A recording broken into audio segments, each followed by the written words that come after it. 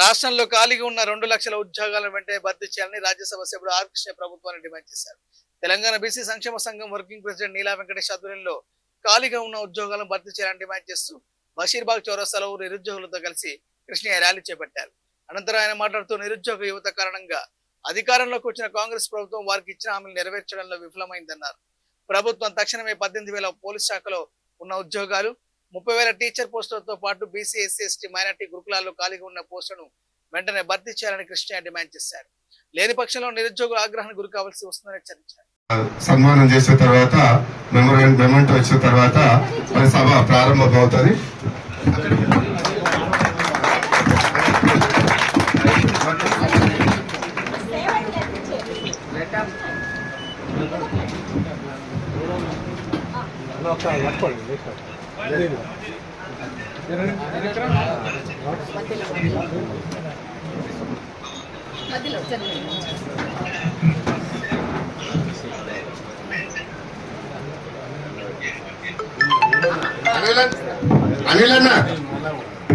అనిల్ అన్న ఇక్కడ చూడాలి. ఇక్కడ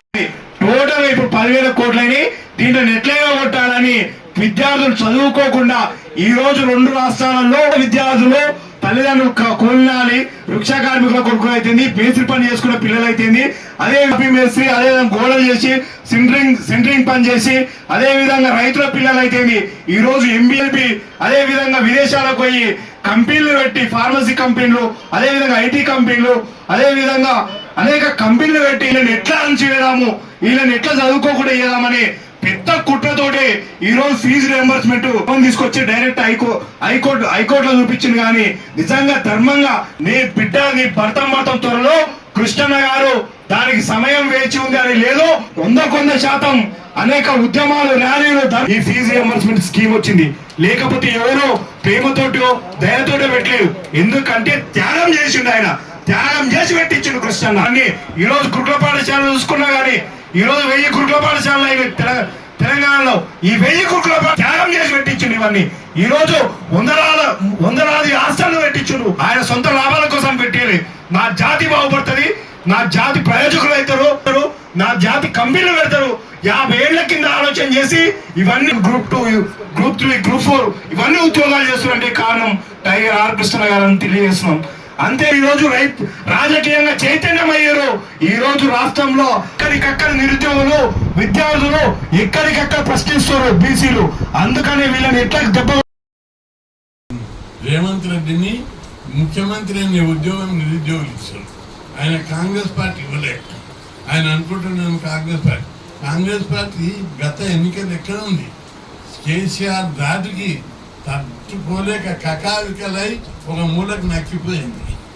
అప్పుడు రాష్ట్రం లోపల నిరుద్యోగులందరూ పట్టుబట్టి ఉద్యమాలను అందరం చేసి పోస్టులు ఇస్తలేడు కేసీఆర్ అని చెప్పి పెద్ద ఎత్తున ఉద్యమాలు చేసి ఈయన కనిపించింది. అక్కడ కేసీఆర్ని తిట్టి ఈయన ఒక వేలుచుకలా కనిపించాడు.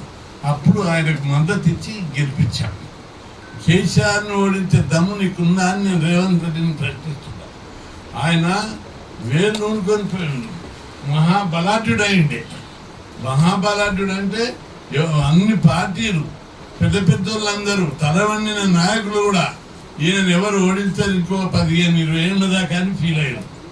కానీ నిరుద్యోగుల దాటికి కకావికలై ఈయనను గెలిపిస్తే ఈయన గెలిచిన నుంచి ఆయన నిరుద్యోగులను అట్టించుకుంటలేడు, విద్యార్థులను అట్టించుకుంటలేడు. కేవలం దోచుకునుడే పెట్టుకున్నారు. ఆయన ఆయన మంత్రులు ఆయన అనుచరులు, ఓ 3-4 మంత్రులు తప్ప అందరు దోసుకుంటున్నారు, దోపిడీ చేస్తున్నారు. ఎమ్మెల్యేలు, మంత్రులు, ఐఏఎస్ ఆఫీసర్లు, రాష్ట్రం అంతా కూడా దోపిడీ రాష్ట్రం అయిపోయింది. దీన్ని ఈరోజు ప్రజలందరూ అడుగుతున్నారు ఎక్కడ పోయినా.